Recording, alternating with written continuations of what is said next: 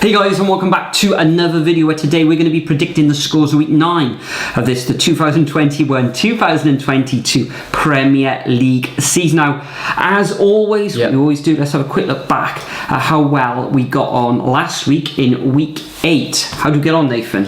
So last week I had an average week, 6 points, 1 perfect score. That was Chelsea to beat Brentford 1-0. And I came away with just 8 points last week, which was 2 more than you, but I didn't have any perfect scores. But top scorer for week 8 was, unbelievably, friend of the show, the man, the myth, the legend, that is his tag name, Mr. Ian Lovesey. And Ian came away with 14 points, 3 perfect scores overall. So how does that leave the overall leaderboard? Well, top of the leaderboard though is Musa Sultan, and Musa now has 84.5 points overall, 2.5 points higher than Hilarious Sandco, who I think was top scorer last time out. But Nathan, you're all the way down. I think you're in 41st position at the moment. There you are.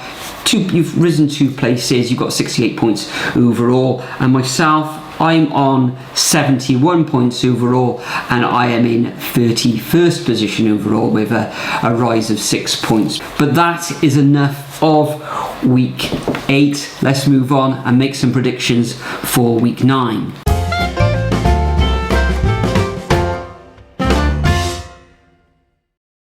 Okay, so first up we have the Friday night kickoff between Arsenal and Aston Villa. Now, Arsenal so lucky to get a salvage a point last night against Crystal Palace. Desmond's in that game. I thought Palace were really the better team in that one. We're very unlucky, very lucky not to come away with the 3 points. And even though Arsenal actually scored first in that match as well. They did, but I just think Crystal Palace really performed well in that one. And they're coming up against a Villa side, 13th in the table, so it is 12 against 13th. But they have lost their last 2 games to Tottenham, which could have won that one, and then Wolves, which they absolutely bottled in the end. Close one, but I think Villa might just sneak this. I think they can get back into form. I'm going to go for 2-1. Yeah, difficult one to predict, this one. Aston Villa 2-0 up against Wolves last week, and I think it was in the last 10-15 minutes where they capitulated and let 3 goals in. Arsenal, you just don't know what to expect from them at the moment. They haven't actually lost in the last 5 fixtures, but throwing away that early goal lead against Might look at Palace, some of the teams they've played though, that's the thing. Yeah, but well done to Palace and Patrick Vieira for a fine performance in that match. With regards to this one, I think Villa have scored in something like 5 of their last 6 fixtures, so it looks like they'll get a goal in this one, but I think it's going to end all square on Friday evening, and I'm going to go for a 1-1 draw.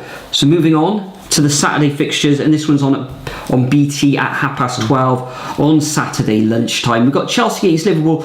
Chelsea, Lukaku, sort of the goals have dried up for him. They find themselves top of the table though.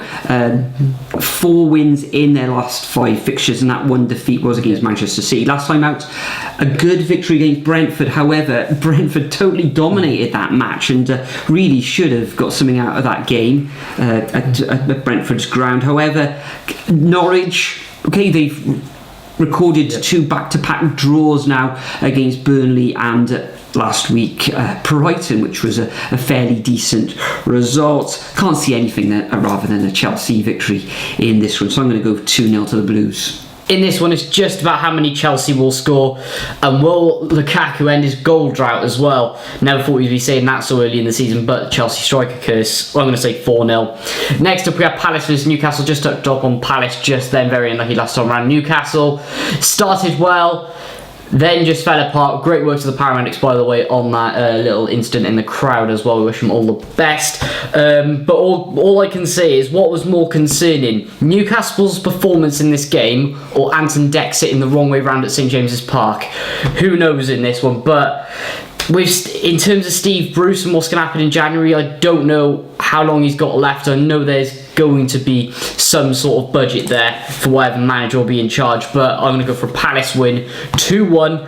and Steve Bruce to get sacked after this game. Really? Yes. Wow, because of a defeat that you think is going to happen. Yeah. I also think Newcastle are going to be on the end of a negative result in this one. I'm going to go for 2-1. Yeah, Palace looked pretty good. Superb. Newcastle really need to pull something out of the bag now. They are bottom but one on just 3 points. Even if they win this one, there's a possibility of them pulling themselves outside the relegation zone, but I can't see it happening. Palace look decent at the moment, just one defeat in the last 6 matches, but I think they've drawn something like 4 of those last 6 matches as well. But I fully expect Palace just to sneak this one 2-1. Next up we've got Everton coming up against Watford.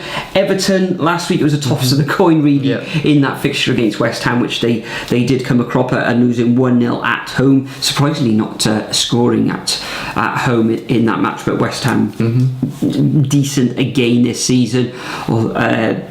Everton against Watford, you've got to fancy Everton at home against Watford. Watford now themselves in 16th position, 4 defeats in their last 6 matches, an absolute drubbing at home against Liverpool. Ranieri's first game in charge as well. Indeed, they were rampant. Another terrible spell for him, probably. Yep, they were rampant in that match, Liverpool. So I can only see victory for Everton in this one, but I do think they'll concede, so 3-1 to the Toffees. Interesting. I like to call this one the Z-Cars derby myself. Personally, Everton for me just have too much, and Ranieri, this is not going to be a pretty run for Watford at all, I think, and I can see him being out of the door in a couple, month to 3 months' time. Going to be terrible for them. I'm going to say 2-0 to Everton in this one. Next up we've got Leeds versus Wolves. 2 teams who, Wolves have been on a really good run as of late. 3 wins on the bounce, but look who they've been playing, that's the problem. And then Leeds, look at where they are in the table. Absolutely shocking. Struggling to defend, struggling to score. Is it second season syndrome from what? I don't think it is. I think they've just been worked out a little bit, and they are struggling to get things forward, and that defence has just gone leaky again, as we saw last season. Questions of what I think. It's tricky. It's really, really tricky. I'm probably going to go for 1-1. 1-1, it will be a tight match against Wolves. However, Wolves 4 victories in their last 6 fixtures. Leeds struggling to score goals this season. Bamford's not hitting anything, but I'm not sure. I think he's had his injury problems, hasn't he? But I can see Wolves continuing their good form. They'll win by a solitary goal. Leeds 1, Wolves 2 in this fixture. Then next up, we got Southampton coming up against Burnley. Burnley, yes. Southampton beating Leeds last time out, of course, with that 1-0 win at home. Burnley, 3rd from bottom at the moment, still winless all season, so it's going to be enough. This is the type of fixture that they really need to start picking up points in, but they will go there and they'll be hard to beat. They may get a goal, but ultimately I see this one ending all square. I'm going to go for a 1-1 scoreline. Exactly the same as you. They're just going to cancel each other out. Southampton, good win against Leeds, but then again that's Leeds, and lots of draws here and there, so it's going to be a continued pattern. Burnley still yet to win this season. Going to go to a 9th game without a win, so 1-1. They've only scored 5 goals in those 8 fixtures. Nothing at all. I mean, that's only 3 more than Norwich. And with Norwich, imagine scoring 2 goals in 8 games. Embarrassing. Next up we have Brighton versus Man City. Now Brighton's still in the Champions League spots, still only one loss in 6, 3 draws in a row, 2-0 nils, really just not scoring them. It's actually one loss in 8, just the 1 defeat this season. That's unbelievable. One of the best records in the league. They are starting to draw a lot of games to that hippie football with not getting much forward and just not getting enough shots is starting to come apparent a little bit, but they come against the Man City side, who have just won 5-1 against Club Brugge, 2-0 against Burnley, and then have grinded out some pretty good results, and can't even remember the last time they've lost actually. So I'm going to go for a solid Man City victory in this one, 2-0. I'm going to go exactly the same as you. Can't see anything other than a victory to the citizens in this one. Last time out it was a 2-0 win against Burnley, but you see with Man City 5-0. when Man City come back from these international breaks, it takes them a little bit time to get going, possibly, yeah. And they're coming back from Europe in this one, so I'm going to go for a 2-0 victory against Brighton, which will give Brighton their second defeat of the season. Then we move on to the Sunday fixtures. We've got Brentford against Leicester, along with the Man United-Liverpool match. This is the most mouth-watering fixture of the weekend for me. Brentford, superb. They're currently in 9th position. Okay, they lost narrowly against Chelsea in a game which they could have taken all 3 points off in the end. They're coming up against a Leicester team, though, who had an excellent victory against Manchester United at home last week. I think we both called that last week, where a lot of people in the comment section and in the predictors table went for a Man United victory in this one, but we saw it coming, and people are questioning our predictions on why we tend to go against Manchester United, but there's a 3-letter word to that one. Absolutely. OLE. Yes. But Leicester go to Brentford. It'll be a tight game. It's going to be an exciting match, and I'm going to go for an away win to the Foxes. Jamie Vardy's now getting on the score sheet regularly, so I'm going to go Brentford 1, Leicester 2. I actually disagree with you on this one. I think Brentford are going to grind out a result here. Wow. Very, very unlucky against Chelsea. I thought that was a brilliant performance against them, and since then as well, picking up some phenomenal wins and draws as well. So I think the momentum is going to carry over for them, and they're going to want to bounce back. And with Leicester, I think they're just going to just about find them out. I'm going to go for 2-1 Brentford. Yeah, I think is Leicester in Europa League action as well. Yeah, they're in Europa League action later this week. So anyway, moving on. Next up, we have got West Ham versus Spurs. Not a lot to say on this one really, except West Ham are probably going to grind out another victory. Tottenham, they've won their last 2 matches, but David Moyes, I think he's a much better tactician than Nuno Espirito Santo as well, and he's going to really need that plan B, which he just doesn't seem to have. So I'm going to go for 2-1 West Ham victory. This one for me is a difficult tie to predict. It's an all-London affair. Harry Kane is now scoring. Son's getting on the score sheet. It could go either way, but I think I'm going to have to sit on the fence on this one. I'm going to go Desmond's 2-2, but West Ham at home, plenty of energy, exciting going forward. But I think Spurs, a couple of good victories in their last 2 matches. They are conceding goals, so there will be goals in this one.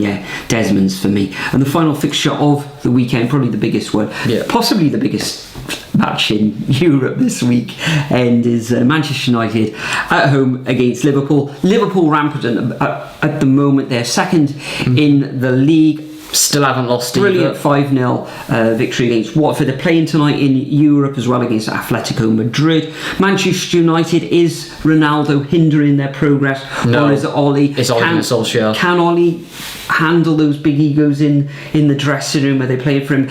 What's happened with Harry Maguire? Now, he looked dreadful last time out. Was he fully fit? We don't know. So all sorts of conversations and questions over Manchester United at the moment. Not so with Liverpool. They look fluid, going for brilliant. Even Firmino scoring now, hat-trick last time out. Salah scored, Mane scored. They look great. Trent's back in the defence as well. Van Dijk's getting back to full fitness and looking really solid at the heart of that defence with Matip, I think. Robertson's there, and James Milner's back in the side as well and playing in really well. I'm going to go for an away victory to Liverpool, go to Old Trafford, and they're going to win 3-1. I've gone exactly the same as you. You need to get Ole Gunnar Solskjaer out as fast as you can. I've said this so many times as well. Maguire, I'm sorry, but if he's worth 80 million, then Virgil van Dijk's worth 300. I've heard that somewhere. Where have I heard that to? From me. Was it? No, I've heard it on the radio or somewhere like that. Yeah, and to be honest, Man United, they're just going to keep slipping and slipping down the table unless they get rid of their main problem, which is Ole Gunnar Solskjaer.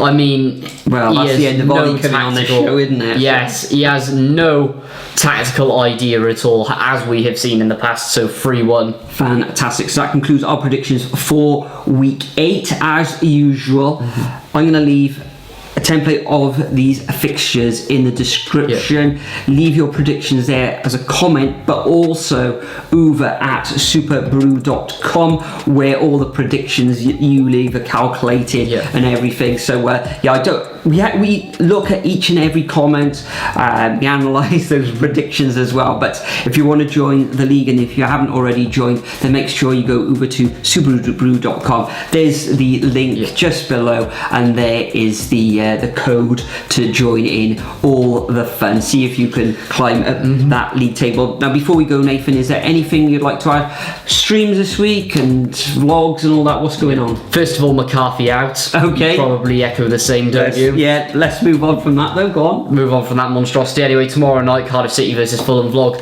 Yeah, you probably know the score on that one. Hopefully he'll be gone after then, even though they want to keep him through Middlesbrough. Vlog on Saturday for Middlesbrough. That's going to be a toxic one. Make sure to check that out, guys. And also, manager sacking. We didn't do this last week. Who's the next one to go? Well, if Man United keep losing, 2 losses in the last 3 matches, could be Ollie. Probably not, or likely to see Steve Bruce as well go fairly shortly, especially with that January transfer window coming up. Yeah, I'm going to say Steve Bruce, or we could even see Claudio Ranieri out the door already. Watford, they're going for 4 managers this year. They're going to tie the records. Yeah, fantastic. So there's nothing else to add, Nathan. It's time that we're going to bid you all farewell. We'll see you in the next video. Make sure you leave your predictions over superbrew.com and let us know who you think is going to be sacked in the Premier League next. But for now, we bid you farewell and we'll see you all in the next video.